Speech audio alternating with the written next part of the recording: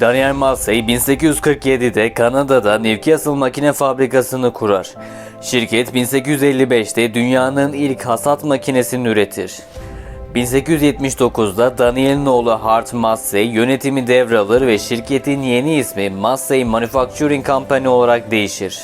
Özellikle Kanada'da ülke genelinde işçi sıkıntısı yaşandığından Massey'in tarım makineleri çiftçilerden büyük talep görür ve şirket hızla büyür. Massey'in yerel pazardaki en büyük rakibi 1857'de Alonson Harris tarafından kurulan Harris şirketi olur. Bu rekabetin birbirlerine zarar verdiğini düşünen üreticiler uluslararası bir şirket olmak için birleşmeye karar verir. İki şirket 1891 yılında birleşir ve şirketin yeni adı Massey Harris olur. Massey Harris 1910 yılında Amerika'da ilk fabrikasını açar. Yeni gelişmekte olan traktör sektöründe büyük potansiyel gören şirket, buhar motorları üreten Sawyer şirketi ile işbirliğine başlar. Ortak üretilen buharlı traktörler Sawyer Massey adı altında satışa çıkarılır. Ancak hızla gelişmekte olan içten yanmalı motorlar verimsiz buharlı araçların yerini almaya başlar ve buharlı traktörler giderek yok olur.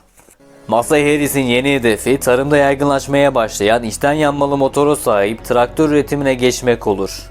Kanada'da 1908 yılında 4 çeker traktörü pazara çıkaran Saunderson şirketi en büyük üreticiydi.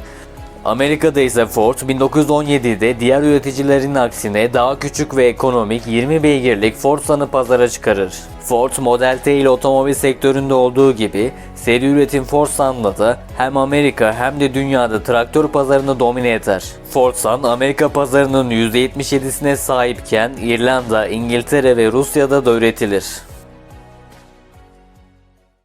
Şirket ilk etapta 1917'de Amerikan üretici Bull şirketinin traktörlerini Kanada'da Massey Harris markası altında satışa çıkarır. Ancak Bull şirketi Ford'un traktör pazarına girmesiyle 2 yıl sonra iflas eder.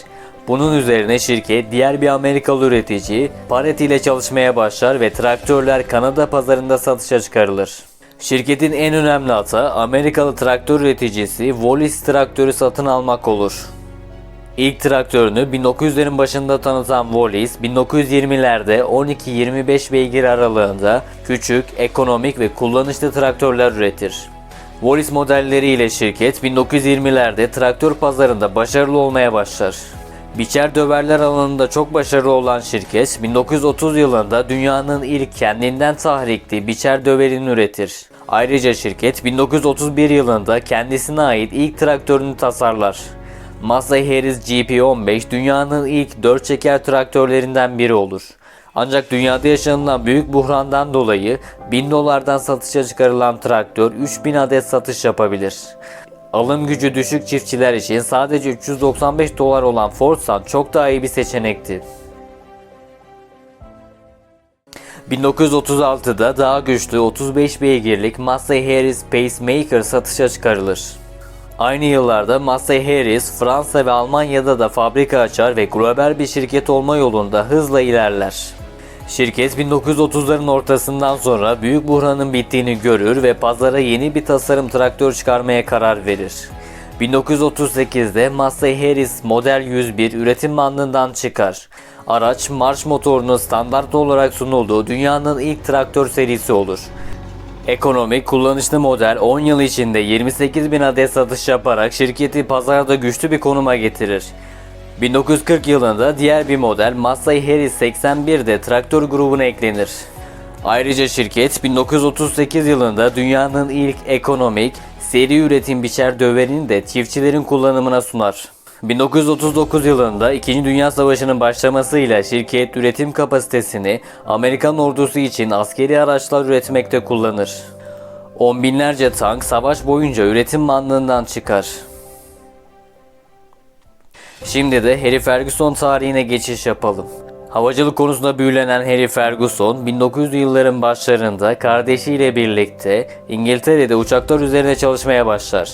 Harry 1909 yılında kendi tasarladığı uçakla uçan ilk İrlandalı olur. Daha sonra kardeşiyle uçakların güvenliği ve geleceği hakkında anlaşamayan Harry, 1911 yılında Maxwell, Vauxhall markalarının otomobillerini ve dönemin traktörlerinin satışını yaptığı bir bayilik şirketi kurar.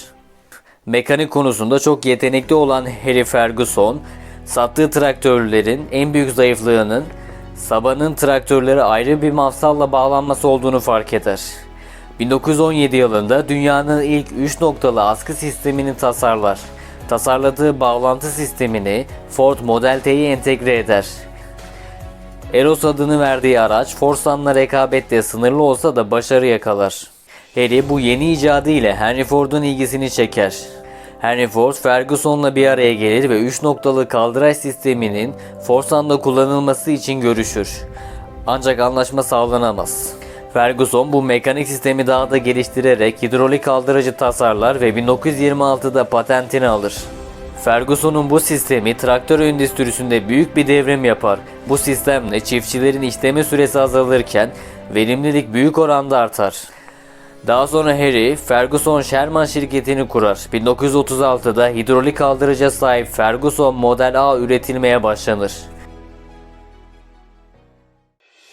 1938'de Ferguson yeni traktörüyle tekrar Henry Ford'un karşısına çıkar.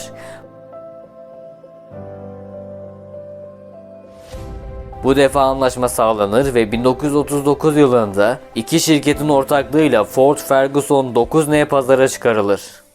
Lastik tekerlekli, hidrolik kaldıraçlı, elektrikli marş motorlu, jeneratörlü traktör 585 dolardan satışa çıkarılır. Ford'un gelişmiş versiyonu olan model kısa sürede büyük başarı yakalar ve ilerleyen 15 yılda diğer üreticilerin de örnek aldığı endüstriyel standarda dönüşür. İlerleyen yıllarda kendi modellerini de üretmeye devam eden Ferguson şirketi hızla büyür. Başarılı bir işbirliğinden sonra Henry Ford'un torunu Henry Ford II, Ferguson ile anlaşmayı sona erdirir. Ancak Ford şirketi, Ferguson'un kaldıraç icadını patent süresinin henüz bitmemesine rağmen Ford 8N traktörlerde kullanmaya devam eder. Bunun üzerine Ferguson, patentlerini yasa dışı kullandığı için Ford'a dava açar. 1952'de mahkeme Ford'un yalnızca 9 milyon dolar tazminat ödemesine karar verir. Aynı yıl Ferguson'un patentlerinin süresi biter, Ford ve diğer üreticiler onun icatlarını kullanmaya başlar. Finansal olarak zayıflayan Ferguson şirketi, Kanadalı üretici Massey Harris ile birleşmeye karar verir. Bu süreçte yaşadığı stres nedeniyle ağır şekilde hastalanan Harry Ferguson, 1960 yılında 75 yaşında aşırı doz depresyon ilacı kullanma nedeniyle hayatını kaybeder. İkinci Dünya Savaşı'ndan sonra birçok ülke tarıma büyük önem verir ve bu alanda sanayileşmeye devam ederek hızla makineleşmeye geçilir. Massey Harris de büyüyen pazardan pay almak için yeni seri traktörleri satışa çıkarmaya başlar. Farklı güçlerde 25 beygirlik Massey Harris 22 serisi ve 55 beygirlik 55 serisi pazara çıkarılır. Şirket daha gelişmiş traktörler üretmek için traktör alanında birçok yenilik yapmış olan Ferguson şirketi ile birleşmeye karar verir. İki şirket 1953 yılında birleşir ve yeni şirketin adı Massey Ferguson olur. Şirketin hedefi özellikle Avrupa pazarı için yeni seri traktörler geliştirmek olur. 1957 yılında ilk Massey Ferguson markalı traktör Massey Ferguson 35 satışa çıkarılır. Harry Ferguson'un 1940'ların başında tasarladığı Ferguson TE20'nin geliştirilmiş versiyonu olan hidrolik direksiyonlu traktör, kısa sürede İngiltere, Avustralya, İrlanda ve Amerika pazarında popüler hale gelir. Şirket 1959 yılında Perkins motoru satın alır ve yeni seri dizel Perkins motorları MF-35'te kullanmaya başlar. 1960'da Hindistan'da TAFE, Yugoslavya'da ise makine ve traktör endüstrisi lisans altında Massey Ferguson 35 üretmeye başlar. Ekonomik kullanışlı model Doğu Afrika'da halkın traktörü olur. 1961 yılında Türkiye pazarında da büyük potansiyel gören Massey Ferguson, Türkiye'de traktör üretimi gerçekleştirmek için bir firma arayışına girer. Şirket, 1935 yılında motorlu araçlar için yaprak yayı üretimine başlayan, daha sonra şase ve karoseri imalatı da yapan ve yeni bir arayışta olan Uzel makine ile anlaşır. Traktörler lisans altında Uzel fabrikasında üretilecekti. 1962 yılında ilk traktör üretim bandından çıkar. 1960'ların başında yeni bir serinin tasarım çalışmaları başlar. 1964'te Massey Ferguson 135 ve 165 üretim bandından çıkmaya başlar. Basit, kullanışlı, dayanıklı ve güçlü traktör çiftçiler tarafından büyük talep görür. Massey Ferguson 100 serisi Uzel fabrikasında da üretim bandından çıkmaya başlar. MF100 serisinden MF135, 165 ve 185 çiftçilerimiz tarafından oldukça sevilir ve tercih edilir. Şirket aynı zamanda çok daha büyük ve güçlü MF1000 serisini de satışa çıkarır. 85 beygirlik MF1100'ün satış fiyatı $7.700 iken 45 beygirlik MF135 $4.400'dan satışa çıkarılır. Model 500.000 adet satış yapar. Şirket 1966 yılında lisans altında Ford traktörlerini üreten İspanyol şirket Ebro'nun %32'sini satın alır. Ebro lisans altında Massey Ferguson traktörlerini üretmeye başlar. 1973'te ise Alman şirket Eicher traktör satın alınır ve burada da Massey Ferguson traktörleri üretilmeye başlanır. Şirket 1960'ların sonunda yeni daha modern bir seri için tasarım çalışmalarına başlar. 1970 yılında yeni Massey Ferguson 200 serisi pazara çıkarılır.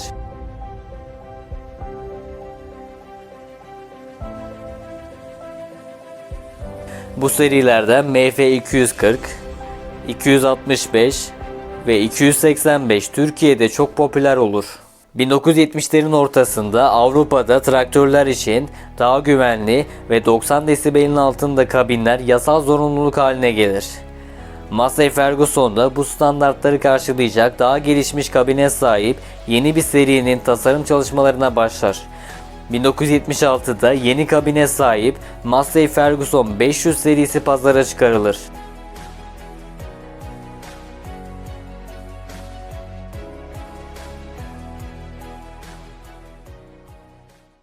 Aynı yıl üst sınıf traktörlerin üretimi başlar.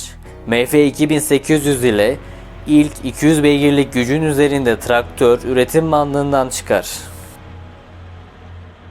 Massey Ferguson dünya genelinde yüksek satışlarına rağmen 1979'a kadar olan 50 yıllık süreçte sadece 5 kez %4 oranında kar edebilmişti. Bu nedenle uzun yıllar finans sorunlarıyla mücadele edilir. Şirket 1970'lerin sonunda maliyet azaltma çalışmaları sayesinde karlılığa geçmeye başlar. Ancak 1970'lerin ortasında dünyada yaşanan ekonomik kriz nedeniyle tarım makinelerine olan talep azalır. Massey Ferguson'da tekrar finansal sorun yaşar. 1979'da Volkswagen şirketin %51'ini satın almak için teklif yapsa da Massey Ferguson geri çevirir. Kanada hükümeti iflasın eşiğinde olan şirkete $250 milyon yardım yapar ve şirketin ayakta kalmasını sağlar. 1981 yılında 500 serisi yerini Massey Ferguson 600 serisine bırakır. 1986 yılında ise 200 serisi yerini 40-100 beygir aralığında güç seçeneği sunan Massey Ferguson 300 serisine bırakır. Seri İngiltere'de ve İtalya'da Landini şirketi tarafından üretilir. Basit ve kullanışlı traktör, döneminin en çok tercih edilen traktörlerinden biri olur. Massey Ferguson 398 de ülkemizde yoğun talep görür. Aynı yıl elektronik kontrollü teknolojilere sahip üst sınıf 3000 serisi de pazara çıkarılır. 1991'de elektronik kontrollü vites geçişi sunan Massey Ferguson 3600 serisi ile sektörde büyük bir yenilik yapılır. Finansal zorluklara rağmen 1962 yılından bu yana dünyada lider üretici olan Massey Ferguson en yakın rakibinden %25 daha fazla traktör satışı yapıyordu. 1995 yılında Massey Ferguson Amerikan şirket AGCO Corporation tarafından satın alınır. 1998'de yeni 6200 ve 8200 serisi satışa çıkarılır. Seri elektronik kontrollerle pazardaki en teknolojik traktör serisi olur. Ayrıca yeni eklenen ve sürücü konforunu en üst seviyeye çıkaran ön aks süspansiyonu konfor konusunda devrimsel nitelikte olur. 2002 yılında 250 beygir güce sahip Massey Ferguson 8280, 24 saatte 2513 dekar alanı işleyerek 425 beygir gücündeki Case IJ Quadra Kite rekoru egale eder. 2003 yılında yeni Massey Ferguson 5400 ve 6400 serisiyle model çeşitliliği daha da arttırılır. MF6400 serisi teknolojik ve gelişmiş sağ konsolu, havalı süspansiyonları ve konforu ile ülkemizde de çok sevilir. 2012 yılında çok daha teknolojik ve konforlu, yenilenen Massey Ferguson 5400 serisi pazara çıkar. 2017 yılında modellerde daha modern bir tasarıma geçiş yapılır.